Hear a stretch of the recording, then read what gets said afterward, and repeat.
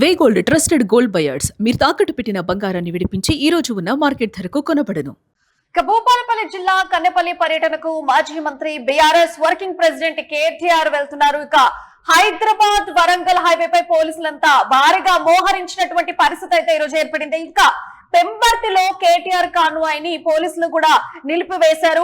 అలాగే కేటీఆర్ కాన్వాయ్ వెంట కూడా 40కి పైగా కూడా వాహనాలు కూడా వెళ్తూ ఉన్నాయి. సో అక్కడ ఉండేటువంటి పోలీసులు కేవలం 3 వాహనాలకు మాత్రమే అనుమతి ఇస్తామని పోలీసులు చెప్తున్నారు. ఇక దాంతో ఇటు పోలీసులకు అటు బీఆర్ఎస్ నాయకులకు మధ్య కూడా అక్కడ ఒక తీవ్ర వాగ్వాదం ఏర్పడినటువంటి పరిస్థితి. అయితే బ్యారికేడ్లను తొలగించాలని చెప్పేసి బీఆర్ఎస్ నాయకులంతా కూడా అక్కడ డిమాండ్ చేస్తున్నారు. ఇక కాంగ్రెస్ ప్రభుత్వానికి వ్యతిరేకంగా బీఆర్ఎస్ శ్రేణులందరూ కూడా నినాదాలు చేస్తున్నటువంటి పరిస్థితి. అక్కడ మేము ఎలాగైనా కన్నెపల్లి పంప్ హౌస్ కి వెళ్తామని చెప్పేసి మీరు ఎన్ని ఆపే ప్రయత్నాలు చేసినా కూడా మేము ఖచ్చితంగా వెళ్లి తీరుతాం. ప్రజలకు ఈ 1,00,000 క్యూసెక్కుల నీటిని ఎందుకు మీరు వేయట్లేరు అని చెప్పేసి మేము ఖచ్చితంగా క్వశ్చన్ చేస్తాం. ఇదంతా కూడా రైతన్నలకు చూపించడానికే మేము వెళ్తున్నాం అని చెప్పేసి అక్కడ కాంగ్రెస్ ప్రభుత్వానికి వ్యతిరేకంగా కూడా బీఆర్ఎస్ శ్రేణులందరూ కూడా నినాదాలు చేస్తున్నటువంటి పరిస్థితి ఈ రోజు హైవేపై ఏర్పడింది.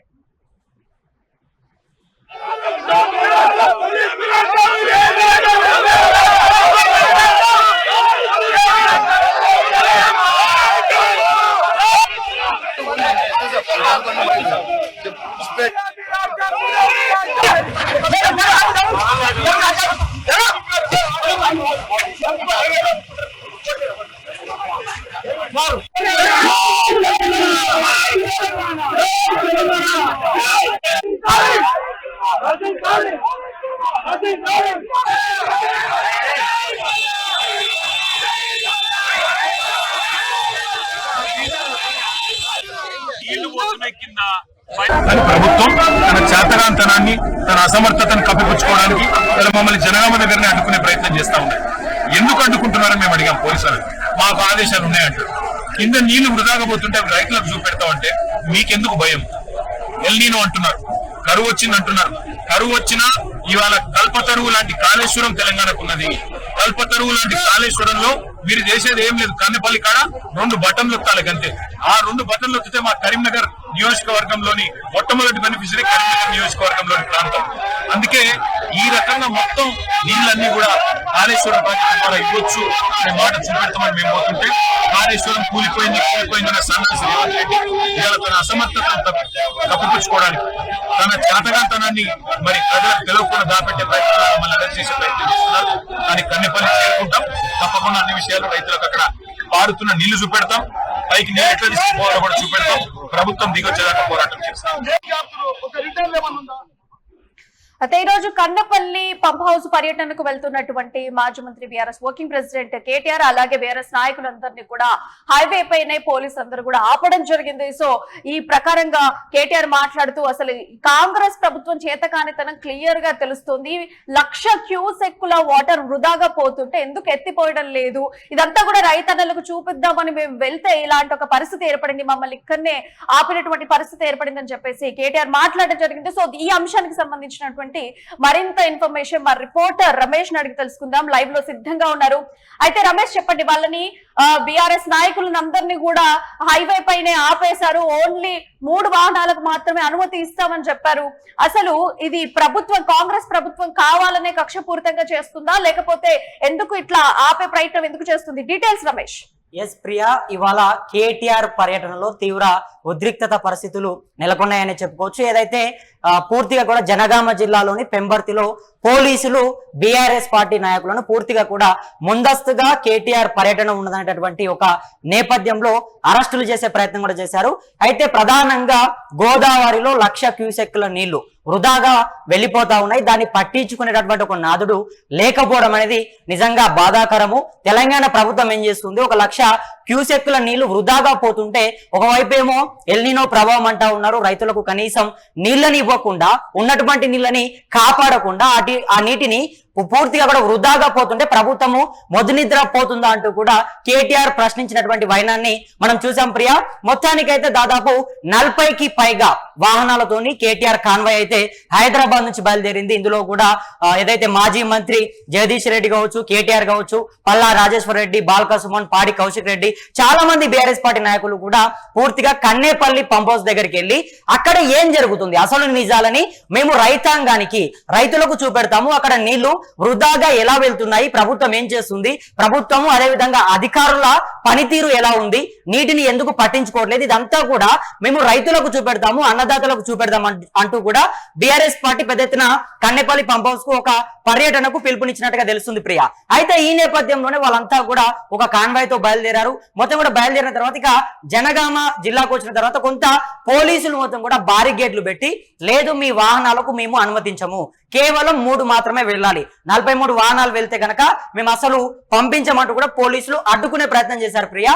అయితే 43 వాహనాల్లో కేవలం 3 కేటీఆర్ది ఒక వాహనము, దాని వెనుక ఇంకేమైనా వేరే నాయకులు ఒక 2 వాహనాలు వెళ్ళొచ్చు, 43 వాహనాలను మాత్రం అసలు మేము అనుమతించమని చెప్పేసి అక్కడ ఉన్నటువంటి పోలీసులు చెప్తా ఉన్నారు. మరి బీఆర్ఎస్ పార్టీ నాయకులు, కేటీఆర్ వీళ్ళంతా కూడా అదే చెప్తా ఉన్నారు, ఖచ్చితంగా మేము మాత్రం ఊరుకోము, మేము అక్కడికి వెళ్ళే తీరుతాము, అక్కడికి పోయి అక్కడ ఉన్నటువంటి వాస్తవాన్ని ప్రజలకు చేరువేసే ప్రయత్నం చేస్తాము, అక్కడ నిజ నిజాలని బయట పెడతాము, ప్రభుత్వం చేస్తున్నటువంటి ప్రభుత్వ నిర్లక్ష్యాన్ని మొత్తం కూడా పూర్తిగా ప్రజలకు చూపెట్టే ప్రయత్నం చేస్తామంటూ కూడా బీఆర్ఎస్ పార్టీ నాయకులు చెప్తున్నటువంటి పరిస్థితి కనబడుతుంది. ప్రధానంగా ఏదైతే గోదావరిలో సుమారు 1,00,000 క్యూసెక్కుల నీళ్లు పూర్తిగా కూడా వృధాగా పోతుంటే ముఖ్యమంత్రి రేవంత్ రెడ్డి ఏం చేస్తున్నాడు, ఇది ప్రధానకరమైనటువంటి ఒక ప్రశ్న ప్రియ.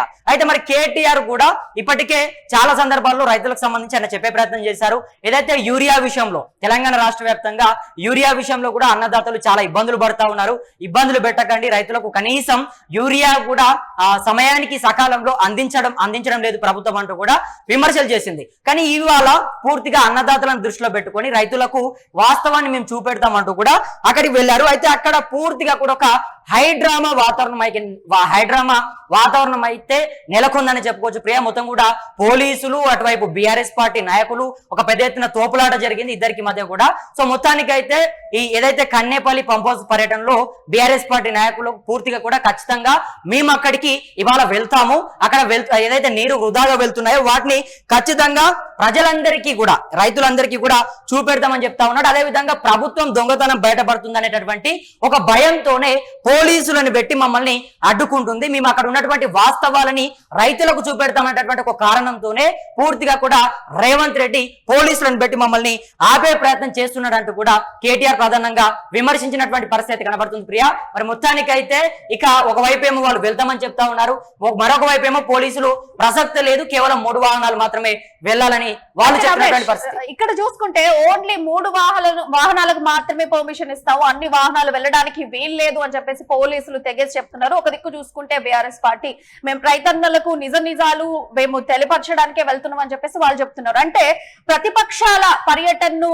ఆపేయాలనేటువంటి ప్రయత్నమే ఇదిగా అనుకోవచ్చా, దీన్ని ఎలా చూడొచ్చు అంటారు? ప్రియా, ఖచ్చితంగా మీరు చెప్పినట్టుగా ప్రభుత్వం పూర్తిగా కూడా ఏదైతే ఈ కన్నేపల్లి పంప్ హౌస్ పర్యటనలో పూర్తిగా అక్కడ ముందస్తుగానే బీఆర్ఎస్ పార్టీ చెప్పడంతోనే పూర్తి స్థాయిలో ఇవాళ పోలీసుల బందోబస్తు ఏదైతే అక్కడ మొత్తం కూడా ఏర్పాటు చేశారు. ఎవరు కూడా అక్కడికి వెళ్లకుండా, ఎవరిని కూడా అక్కడికి రానివ్వకుండా, అక్కడ ఎటువంటి ఉద్రిక్త పరిస్థితులు ఏర్పడకుండా ముందస్తుగా పోలీసులంతా కూడా అక్కడికి వెళ్లి అంతా బందోబస్తు చేసుకునే ప్రయత్నం చేశారు. కాకపోతే ఇవాళ మరి బీఆర్ఎస్ పార్టీ ఒక్కసారిగా 43 వాహనాలతోని రావడంతోని ఒకేసారి మరి ఎటువంటి ఘర్షణ అయినా చోటు చేసుకునే అవకాశం ఉంటుంది. ఇంతమంది పోతే గనక ఏదైనా ప్రమాదం జరిగినా కూడా ఇబ్బంది కాబట్టి కేవలం ఒక 3 వాహనాలను పంపిస్తాము, ముఖ్య నేతలు వెళ్ళండి, కేటీఆర్ కావచ్చు, ఏదైతే మాజీ మంత్రి జగదీశ్వర్ రెడ్డి కావచ్చు, మీరు పెద్ద వాళ్ళు ముఖ్య నేతలు మీరు వెళ్ళి మీరు అక్కడ చూసుకోవచ్చు, మిగతా వాళ్ళని, మీ కార్యకర్తలని, మీ వెనుక వచ్చినటువంటి వాళ్ళని ఇక్కడే ఉంచండి అని చెప్పేసి పోలీసులు చెప్తా ఉన్నారు. మరి ప్రధానంగా వీళ్ళు మాత్రం ఖచ్చితంగా రేవంత్ రెడ్డి ప్రభుత్వం ఎన్ని అడ్డంకులు పెట్టినా, ఎన్ని ఇబ్బందులు పెట్టినా, మమ్మల్ని ఎన్ని రకాలుగా ఆపే ప్రయత్నం చేసినా మా గొంతుని నొక్కలేరు, అక్కడ ఉన్నటువంటి నిజాలని కప్పిపుచ్చుకోలేరు, మేము ఖచ్చితంగా వాటిని అసలు బయటకు తీసే వరకు మా బీఆర్ఎస్ పార్టీ ఊరుకోదు అంటూ కూడా వాళ్ళు చెప్తున్నటువంటి పరిస్థితి కనబడుతుంది. మరి ఇందులో నిజంగా వీళ్ళు అక్కడికి వెళ్తారా, అక్కడ 1,00,000 క్యూసెక్కుల నీళ్లు నిజంగానే వృధాగా వెళ్ళాయనేటటువంటి అంశాలని మనం ముందు చూసేటటువంటి ఒక పరిస్థితి ఉంటుంది Priya. Right Ramesh, thank you for your live update. So మొత్తానికైతే చూసుకుంటే బీఆర్ఎస్ వర్కింగ్ ప్రెసిడెంట్ కేటీఆర్ తీవ్ర ఆగ్రహాన్ని అయితే వాళ్ళ వ్యక్తం చేసినట్టుగా కనిపిస్తోంది. 1,00,000 క్యూసెక్కుల నీరు వృధాగా పోతుంటే కాంగ్రెస్ ప్రభుత్వం ఏం చేస్తుంది? ఇదొక చేతగాని ప్రభుత్వం లాగా అలాగే కూర్చుంటుంది తప్పించితే రైతన్నలకు మేలు చేసేటువంటి విషయాలు ఎక్కడా కూడా కనిపించట్లేదు. మమ్మల్ని వాళ్ళ అడ్డుకునే ప్రయత్నం చేస్తున్నారు. రైతన్నలకు మేము మేలు చేయడానికి, నిజ నిజాలు నిరూపించడానికి మేము కన్నపల్లి పంప్ హౌస్ కి అందరం వెళ్తుంటే బీఆర్ఎస్ నాయకులందరినీ కూడా ఈ రోజు అడ్డుకున్న పరిస్థితి. ఇదంతా చేతగాని ప్రభుత్వం అని చెప్పేసి క్లియర్ గా తెలిసిపోతుంది. మీరు ఎన్ని అడ్డంకులు పెట్టినా ఎన్ని చేసినా కూడా మేము ఖచ్చితంగా కన్నపల్లి పంప్ హౌస్ కి వెళ్లి తీరుతాం, రైతన్నలకు నిజ నిజాలు చూపించబోతున్నాం అని చెప్పేసి కేటీఆర్ తెగేసి చెప్పేసినటువంటి విజువల్స్ ఇప్పటి వరకు మనం చూస్తున్నాం. సో మొత్తానికైతే ఇవాళ బీఆర్ఎస్ వర్కింగ్ ప్రెసిడెంట్ కేటీఆర్ అలాగే బీఆర్ఎస్ నాయకులందరూ కూడా బల్కా సుమన్, పల్లా రాజేశ్వర రెడ్డి, జగదీశ్వర్ రెడ్డి ఇలా బీఆర్ఎస్ నాయకులందరూ కూడా కన్నపల్లి పంప్ హౌస్ పర్యటనకు బయలుదేరే క్రమంలో హైవే పెంబర్తి హైవే దగ్గర పోలీసులు కూడా అడ్డుకోవడం జరిగింది. కేవలం 3 వాహనాలను మాత్రమే మేము ఎవరైతే ముఖ్య నేతలు ఉన్నారో వాళ్ళే వెళ్లాల్సిందిగా కోరుతున్నాం అని చెప్పేసి పోలీసులు కూడా చెప్పినటువంటి పరిస్థితి. ఇది ఖచ్చితంగా ప్రతిపక్షాలను అడ్డుకునేటువంటి సిచ్యువేషనే, అడ్డుకునే విధంగానే చేస్తుంది ప్రభుత్వం. రైతన్నలకు మేలు జరిగే ప్రభుత్వం కాదు. మీకు దమ్ముంటే రైతన్నలకు మేలు చేసి చూపించండి అని చెప్పేసి ఇవాళ మాట్లాడినటువంటి పరిస్థితి.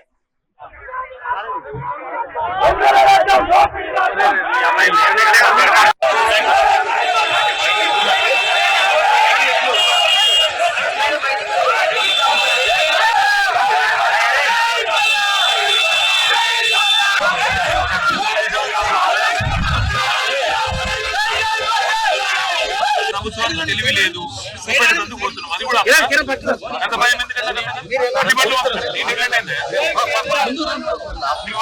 పోతాం, లేదంటే ఇక్కడ కూర్చోమంటే ఇన్ని బండి పెట్టి ఇన్ని కూర్చుంటామని బండి పెట్టి కూర్చోమంటావా అందరిని పంపిస్తావా?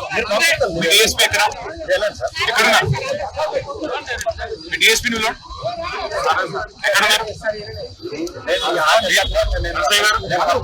వర్ధనపేటైనా మీరు డిఎస్పీ కదా, పంపండి. మరి ఎందుకు నాకు అర్థం కాదు. నేను ఇక్కడే ఉంటా, అందరిని పంపితే పోతా. లేదంటే రోడ్డు పెట్టక బండి పెట్టి నిన్నే కూర్చుంటా.